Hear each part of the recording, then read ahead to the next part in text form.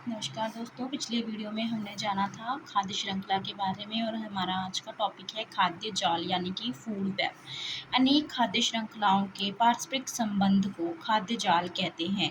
यानी कि खाद्य जाल है जो अनेक खाद्य श्रृंखलाओं से मिलकर ही बना है। आइए इस चित्र के माध्यम से समझते हैं। तो हम इस घास को देखते हैं।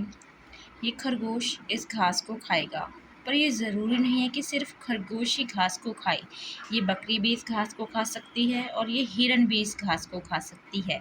ठीक उसी तरह इस पेड़ को हिरन भी खा सकती है, बकरी भी खा सकती है और खरगोश भी खा सकता है। तो ये तो थे हमारे प्राथमिक उपभोक्ता।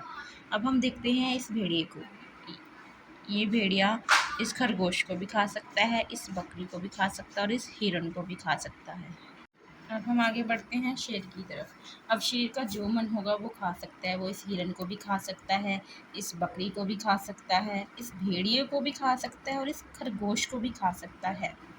तो इस तरह से हमने देखा कि एक ही प्राणी कई सारी चीज़ों पर निर्भर करता है और इसी को हम कहते हैं फूड जाल।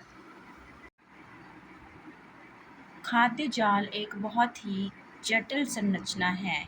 इसमें एक ही प्राणी कई जीवों पर निर्भर रह सकता है।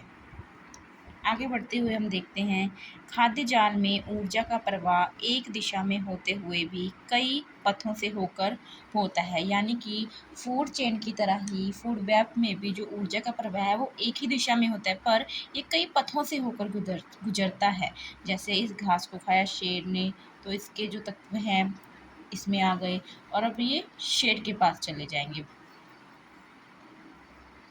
आगे देखते हैं पारिस्थितिक तंत्र की स्थिरता एवं संतुलन बनाए रखने में खाद्य जालों की महत्वपूर्ण भूमिका है। यानी कि हमारी पारिस्थितिकी में संतुलन बने रहने के लिए खाद्य जाल का होना आवश्यक है। यदि इस घास को खाने वाले जीव नहीं होंगे तो इस घास की संख्या में बहुत ज़्यादा वृद्धि हो जाएगी, जिससे पारिस्थितिक असंतुलन बन जाएगा। इसलिए पारिस्थितिक संतुलन बनाए रखने के लिए खाद्य जाल का होना बहुत ही ज़रूरी है। आइए अब हम जानते हैं खाद्य श्रृंखला एवं खाद्य जाल के मध्य अंतर। तो एक तरफ है खाद्य श्रृंखला और दूसरी तरफ है खाद्य जाल। खाद्य श्रृंखला यह एक सरल संरचना है, यानी कि इसमें बहुत ही सरलता से हम समझ सकते हैं। जैसे घास को खाया हिरन ने, हिरन को खाया शेर ने।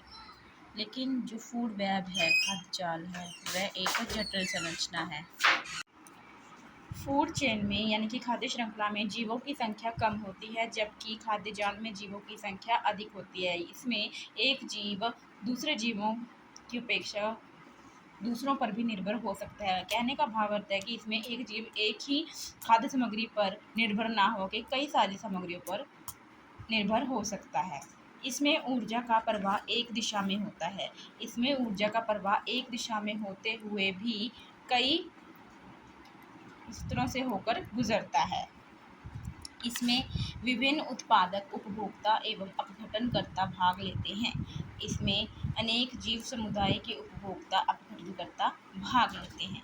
आई होप आपको खाद्य श्रृंखला और खाद्य जाल अच्छे से समझ आ गया होगा।